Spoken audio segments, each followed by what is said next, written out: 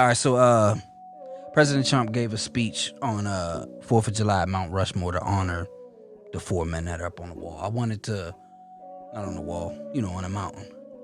I wanted to watch it with no bias and just keep an open mind and hear what the man got to say. And right off rip, man, it was just disturbing me.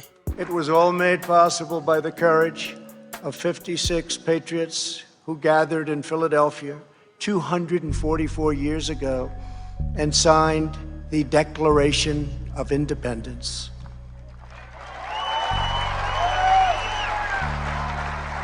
They enshrined a divine truth that changed the world forever. True. When they said, all men are created equal. These immortal words set in motion the unstoppable march of freedom. Our founders boldly declared that we are all endowed with the same divine rights given us by our Creator in heaven, and that which God has given us, we will allow no one ever to take away, ever. It's just disturbing to me that you're not talking to me. You're not talking to me at all. You're only talking to one portion of America when you make this speech. How you only tell half of the story? If you were really talking to everybody else, you would have simply said, America, we've done some great. We've also caused a lot of pain. And in order to become great, we got to look at both sides. We got to learn from the past. And we got to, reciprocate the good. Something like that. It ain't that hard. You obviously are not talking to us. You know what I'm saying? Never mind the fact that Crispus Attucks sparked off the revolution. My man right here sparked off the revolution in hopes of us being equal, in hopes of being the beginning of ending slavery. But no, after the revolution, we continued to be slaves. So you're not speaking to all of us whenever you make this. Anyways, this isn't even the part that disturbed me the most. Yet, as we meet here tonight, there is a growing danger that threatens every blessing our ancestors fought so hard for, struggled, they bled to secure. Our nation is witnessing a merciless campaign to wipe out our history, defame our heroes, erase our values, and indoctrinate our children.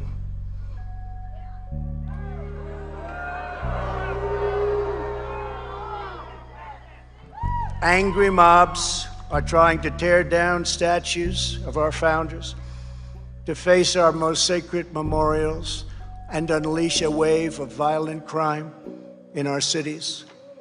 Many of these people have no idea why they're doing this, but some know exactly what they are doing. They think the American people are weak and soft and submissive. But no, the American people are strong and proud, and they will not allow our country and all of its values, history, and culture to be taken from them. I'm going to tell you what he just did, why it's dangerous, and why I'm offended.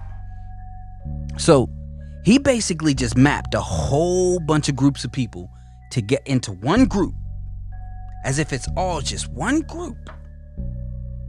And then he charged the people and told them, you're not weak. Basically charged them to fight back, okay? So he took his enemies, which are the Democrats, mapped them into a category with the George Soroses of the world. The people who are manipulating COVID. Not to mention Antifa. Looters who are taking advantage of the protest, which comes with protests. Who else? Black Lives Matters, the organization. Because there's a difference between the movement and the organization. I just found out there was an organization. I had no clue. And he's mapping them all in the category right along with those of us who just want police reform. You heard him say there are some people who don't know what they're doing. But there are people who do know what they're doing. He's basically saying that those of us on the ground who are fighting for police reform don't even know what saying that we're being manipulated by all of these groups. You know what I'm saying? And the reason I'm offended, the Democrats don't fool me with them Ghana scarves on. They don't fool us. We know that the media is manipulating our pain. We know this.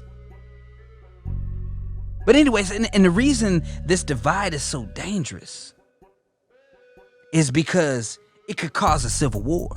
Like when I first seen the video of them white folks outside of their mansion with the guns pointed on the peaceful protesters, my first initial thought was, wow, y'all really mad at people wanting police reform? For folks who are getting killed? Like George Floyd? And Philando Castile? But then after I listened to his speech, I realized, wow, you think that we're here to riot and loot and burn and steal your stuff. It's dangerous because this divide can cause a civil war the same way it did in Tulsa. And this ain't the 60s no more. Most of us are armed. You feel me? When we're peacefully assembling and we're walking, most of us are armed. So right now, one of the things I need to charge my people with and our allies, people of discernment, people with great understanding, this is your time to speak up. This ain't the time to be quiet. This ain't the time to hide behind your church congregation or to only hide in your house. This is the time to speak. This is the time to speak out. Because those who have platforms, those who are speaking for folks, those who are talking, they're smart individuals, but they don't have understanding. They look at things in terms of stats and graphs and numbers and data analysis, and they're the ones responsible for these narratives that is creating a civil war. Because there's this new narrative that the whole movement for police reform is based off of a lie. That there is no racism. All behind stats, data, and graphs. Like, listen to them. The protest is to stop at the level of the neighborhood. But when it comes to police, the idea is that we're protesting a system that's supposed to protect us. And they have the highest responsibility. Yeah, but I mean, police, again, looking at the data, and again, I'm talking about death because excessive force, as soon as you use the word excessive, because it's an adjective, it lets you know that it's subjective, right? Excessive is like saying tall or short. No, it's not. No, that's not subjective. They've operationalized it. So it's specifically use of violence when not use of violence beyond what's necessary to detain a suspect, or use of violence that's unprompted, right? So they've operationalized this, and again, they're basing this also on the response of the officers, right? They're basing it even on officer reports. That's why I strongly encourage you to read the study. I mean, I will, again, because I'm flying in the dark here, because you're telling me about a study that I haven't actually read, and I definitely have studied this, and as I said, perhaps they have operationalized it and there's a way to determine what's considered excessive force. I don't know that, and perhaps you're right, I don't have that study in front of me, but what we do know is that people that are protesting out today are not protesting because they believe that police officers are using excessive force. Oh, they are, though. The whole mainstream narrative, when they're having people on and talk on CNN and Black Lives Matter, their entire platform is about Black men dying unarmed at the hands of police officers. It was founded upon that concept. So I hate the fact that we're now shifting and pretending it's about something else, and we're widening the net, and we're making it about excessive force studies that nobody is talking about on CNN. Everybody is talking specifically about the idea that a Black man that is unarmed is likely to die at the hands of a police officer, and that's fraudulent. It's a fraud. You see what I'm saying? Like, and she's smart, and she's Black. You know what I'm saying? But the fact that but because she looks at things in terms of facts, stats, data, and not personal experience and what people are actually saying, she adds to a narrative that is damaging to the American people, not just Black people. This divides us. How can you really even measure the racism that's going on? Because of movies, because of media, because of everything that we've seen throughout our life, we have a lack of trust of Black people. We have a fear of the way that we look, the way that we dress. Even the car that you drive can lead to preconceived notions of you. Old school 88s, Oldsmobile 88s, Buick Regals, Cadillacs, what else? Chrysler 300s. These are the things that you really can't measure. You can't measure the fact that this young white male grew up in an area with predominantly white folks, and it's not really known for crime. It's not really known for violence. And he decides to take, and there's a town right over that's predominantly black. It has a reputation for crime, has a reputation for violence. He's been scared to go there his whole life, and he takes a job as a police officer there. So from the time he puts his uniform on, in his mind, he wants to get home, and he has all these fears and preconceived notions that have been ingrained in him since he was born. So when he's on a routine patrol and he sees this all-white Buick Regal with a tail light out. Reason I pulled you over, your brake lights are out. So you only have one active brake light, and that's going to be your passenger side one. Your third brake light, which is up here on top, and on this one back here, is going to be out. You have your license and insurance? Look, hand on his gun already. Scared.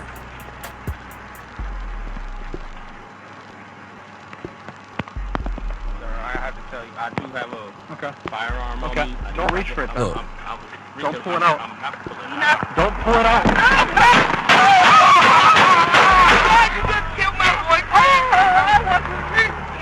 And you heard her say he's not. Upon walking up to this vehicle that he pulled him over for a broken taillight, not a warrant for a criminal, not a warrant for a violent offender that's armed and dangerous, the perception of this man in his mind is a possible thug, possible criminal, possible danger. And then when he tells him that he has a legal firearm, he becomes a possible threat, and the fear goes up even higher. And whatever happened in that vehicle, I don't know what movement he made, but it was the tipping point. And it led to 7 shots. This is what your stats can't show. Your stats don't show that he didn't see him as a father, as a husband. There was a child in the back, a little girl in the back, and his wife. How did you not see a family man? When he told you, we're taught to tell officers that you have a firearm in the car. He didn't see him as an American citizen who's exercising his Second Amendment right. Your stats can't show you this. So know that problems can't get fixed without the people who are going through the problems. This is what we mean when we say racist. Words are important. This is what we mean when we say systematic racism and racism. The fact that he woke up black was a death sentence. Every time that politicians try to fix a black problem, they make matters worse because they never involve those with the problem. Look at Reagan and the Bushes with the war on drugs. It became a war on black people. Look at the '94 crime bill from the Clintons, the Democrats. Yes, Joe Biden. It became another war on black folks. On young black folks who used crack cocaine, they went to jail for a minimum 5 sentence, while the white kids, his own child, Joe Biden, his own child, got to go to rehab. While he's fighting for black kids to go to jail for 5 years for a gram of crack. And as far as we go, we got to re-strategize politically. Whatever we doing ain't working. Whatever we doing ain't working. We got to re-strategize. And if you are in a position of power, any type of authority, go amongst the people. Go talk to those who are going through the problem. We need more Bobby Kennedys. And I'm talking to the black politicians too. I don't care if you come from the hood. When's the last time you've been back there? You got to be amongst the people, talk to the people, talk to those who are going through the problem if you want to solve the problem. It's that simple. Bobby Rush, member of Congress, said the other day, "I'm ashamed that I voted for the '94 crime bill." You ashamed of that bill? Not at all. And in fact, I drafted the bill, as you remember. I know that.